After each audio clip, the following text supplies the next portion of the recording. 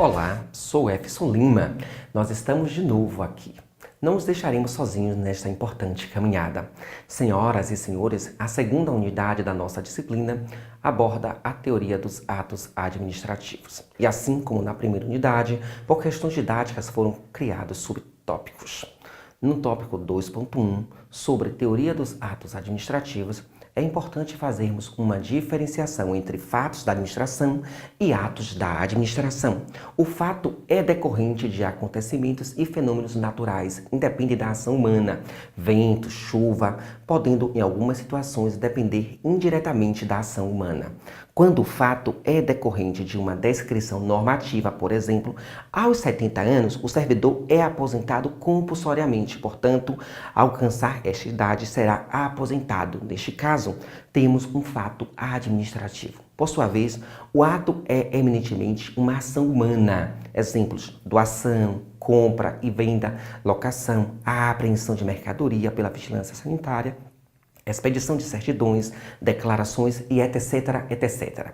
Os atos administrativos possuem elementos. Aqui é importante citar o artigo 2º da Lei de Ação Popular, que estabelece quais são esses elementos. Competência, leia-se sujeito, forma, objeto, motivo e finalidade.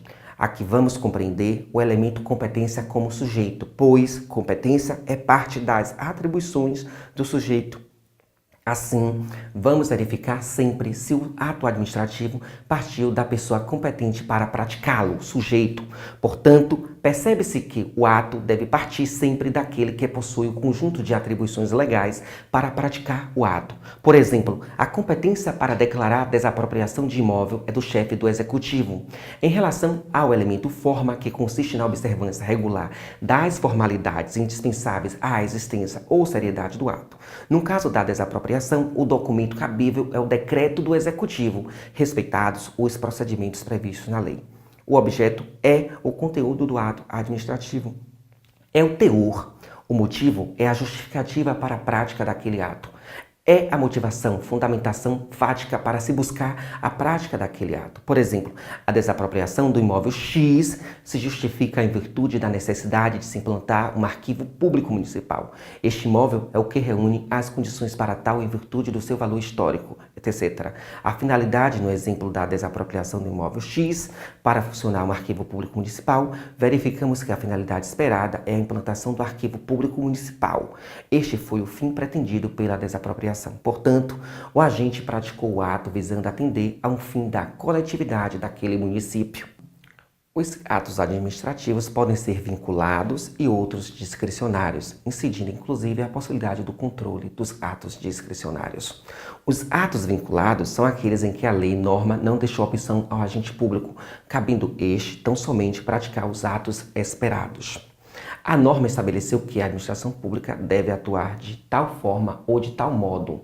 Os atos discricionários são aqueles em que a administração pública, dentro de uma margem prevista em lei, poderá atuar. Tem-se uma liberdade de decisão diante do caso concreto. Assim, a administração poderá apreciar a situação e praticar o ato, adotando os critérios da oportunidade e da conveniência, escolhendo uma dentre as possibilidades que são válidas para o direito. Muito se discute se o Poder Judiciário pode, bem como os órgãos de controle, especialmente os tribunais de contas, fazerem apreciação dos atos discricionários. A partir da ideia de que certos elementos dos atos administrativos são sempre vinculados, surge o entendimento de que não existe ato administrativo inteiramente discricionário. Assim, o ato discricionário deve ser verificado em face da legalidade e do mérito. Assim, a professora Maria Silvia Zanella de Pietro, que, em relação aos atos discricionários, o controle judicial é possível, mas terá que respeitar a discricionariedade administrativa nos limites em que ela é assegurada à administração pública pela lei. Em atos inválidos e ineficazes, convalidação, ratificação, consolidação, invalidação de pronto, é importante dizer que os atos inválidos e ineficazes são aqueles que possuem vícios em sua formação, sejam estes sanáveis ou insanáveis, e não podem produzir efeitos na ordem jurídica. Lembram dos elementos do ato administrativo? Pois bem, a ofensa a algum deles pode ensejar a invalidade do ato ou o ato ser nulo, não podendo sequer ser aproveitado. O desafio agora é aproveitar o ato administrativo que ofendeu um dos elementos.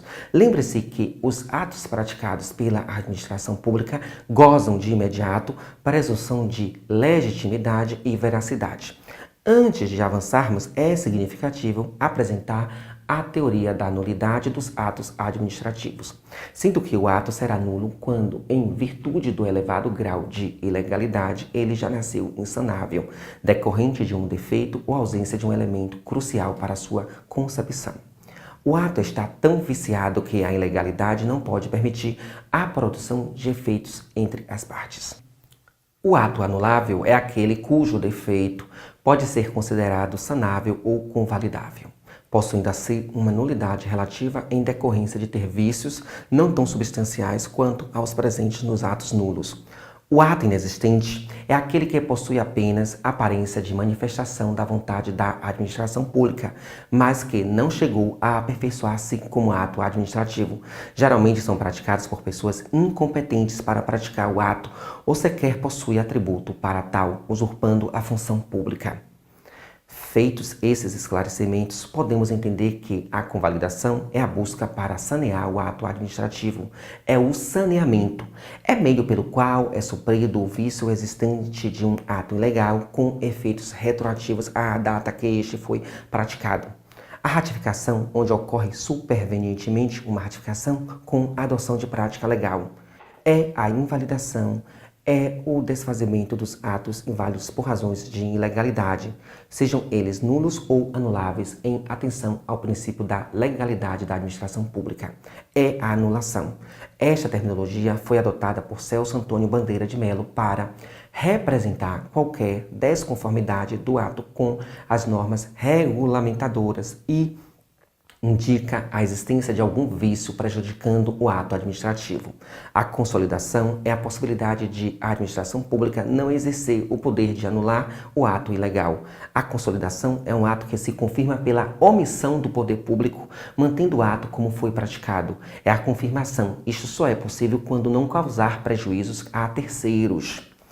Parte do entendimento aqui sinalizado está disposto na Lei 9.784 de 1999, que regula o processo administrativo no âmbito da Administração Pública Federal, entre os artigos 53 e 55 da referida lei.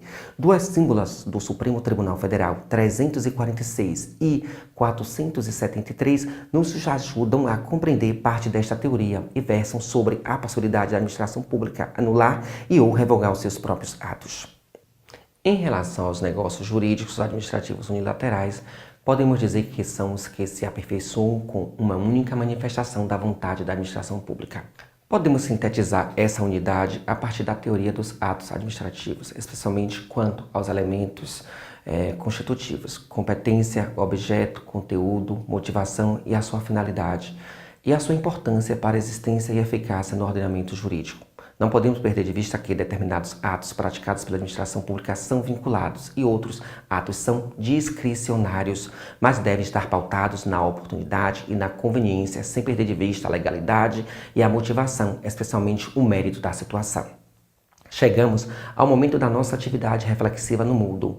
João, YZ, realizou concurso público para o estado Y e ficou na 20ª colocação. O concurso estabeleceu 20 vagas. Acontece que João, X, ficou na 40ª colocação.